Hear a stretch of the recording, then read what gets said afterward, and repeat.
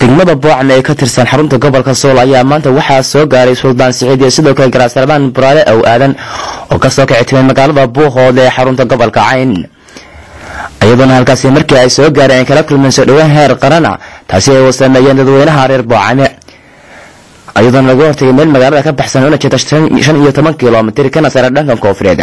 kadib markii halkaas lagu soo dhaweeyay lana soo galbiyay gudaha magaalada Boocame isla markaana markii ay soo gaareen madashii lagu talagalay inay ku soo degaan istimadu ay warbaahinta kula hadlayeen kuma naq balaaran u jeeday shacab weynahaasi soo dhaweeyay saaka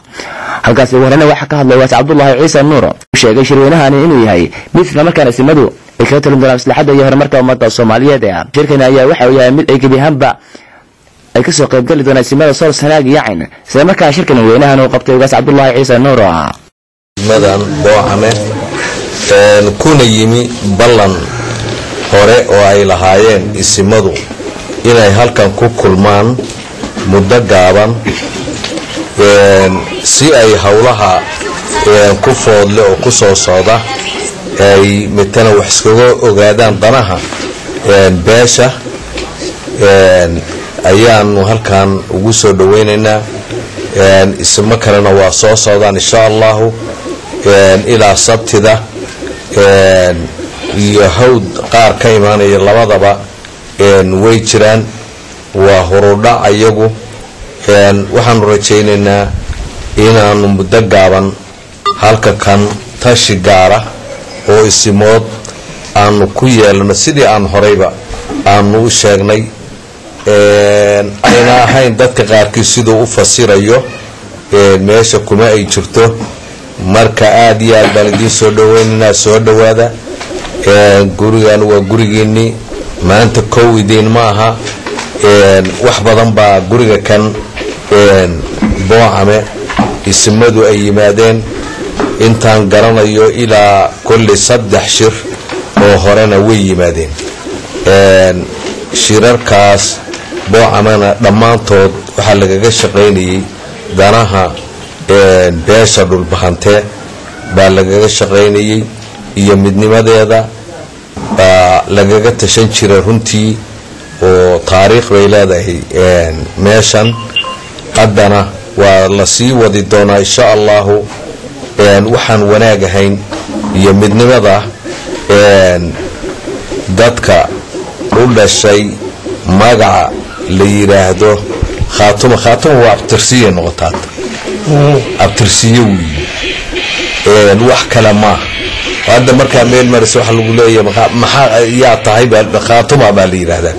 runtii waxa weeyaan marka dad badan oo fara badan oo ka tirsan beelaha SNC gobolada Sool iyo Sanaag iyo Cayn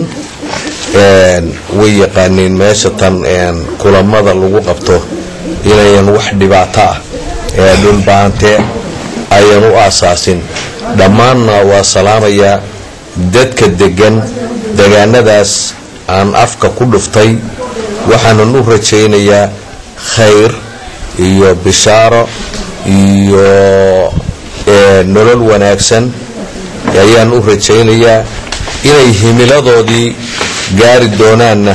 waa rajaynayaa ahayd xornimo xorayn iyo midnimo inay gaari doonaan insha Allah waan rajaynayaa in Ilaahay u soo dedejiyana waan ka baryayaa qof kasta oo u dhashayna waxaan ku goobaabinayaa in uu aad iyo aad midnimada dadkaas siday u midoobi lahaayeen laga shaqeeyo in la isu dumo in la isu celiyo ayaan rajaynayaa inay ismaduna kulli wax ka dhihi doonaan kulankoodu markuu la kulmo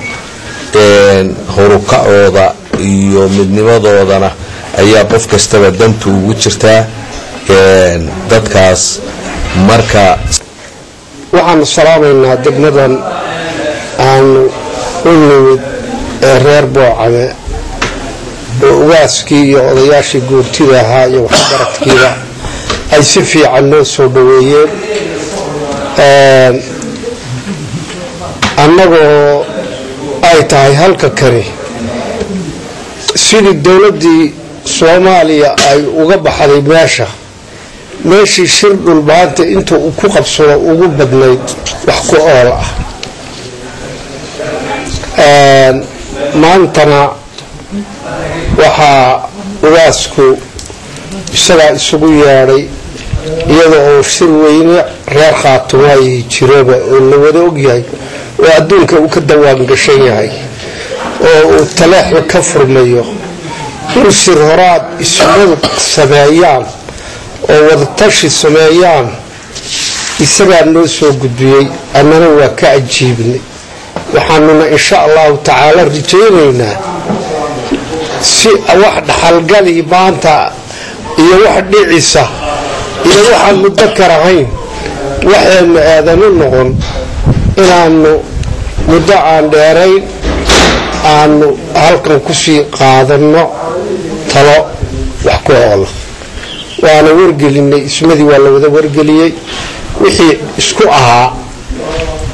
khaatumo ee talagaarku ka dhaxaysay ee xadhigu ka dhaxeeyey ee saxiixu ka dhaxeeyey yaa halkan looga yeedhay.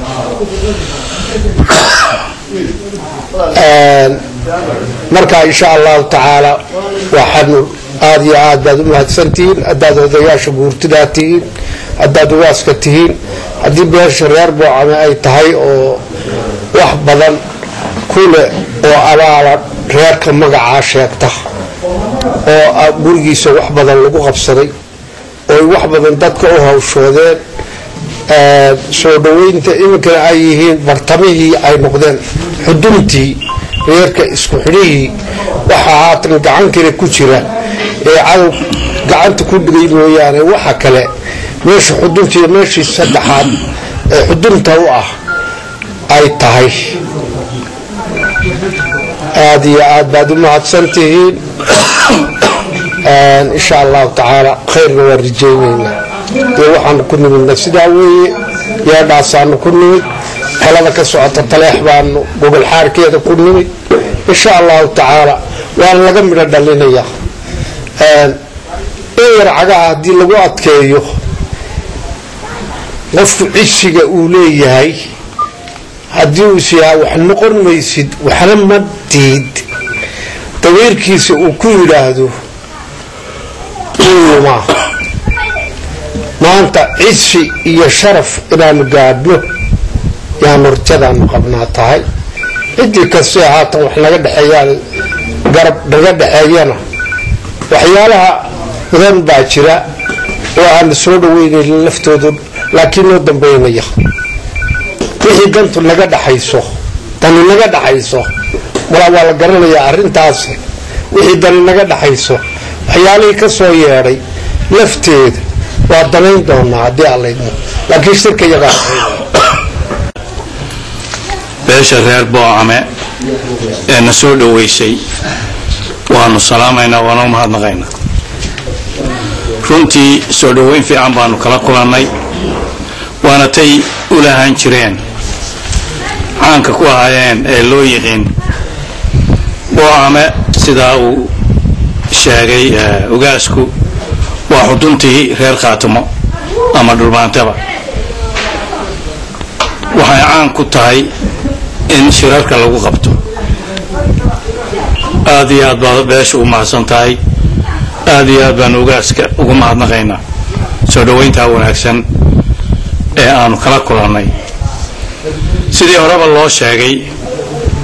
shirkan boocama ka dhacaya waa shir ismood waa shirkii isimada reer khaatumo. cid kale oo shir kula leh oo kula kulmaysa ma jirto. reer khaatumo isimadeeda oo muddo kala maqnaa iminkana uu foolka ku soo hayo fooda ku soo hayo shirkii taleex ayaa isku arkaya halkan ugaaskuna uu ugu baaqay in la isugu yimaado laguna ballansan yahay. annaguna hordhac baanu nahay maadaama aanu in doorina la sugayay waxaanu u soo degdegnay in isimada kalena nugu daydaan oo yimaadaan. waxaanu ugu baaqaynaa isimadu inay halka isugu yimaadaan danaha reerka laga tashado midnimada isimadana la ilaaliyo waxa aad wax looga sheegayaa kala maqnaanshaha isimada awgeed in isimadu gruuba yihiin qaar gaar loo calaamadinayaa jira oo aan xaq loogu lahayn in la calaamadiyo waxyaabo badan baa la sheegayaa si waxa loo bi'iyo isimada dhexdooda shirka taleexana looga qayb galo iyadoo la midaysan yahay fikir midaysana laga qaatay shuruuda dadka ku dhex jirta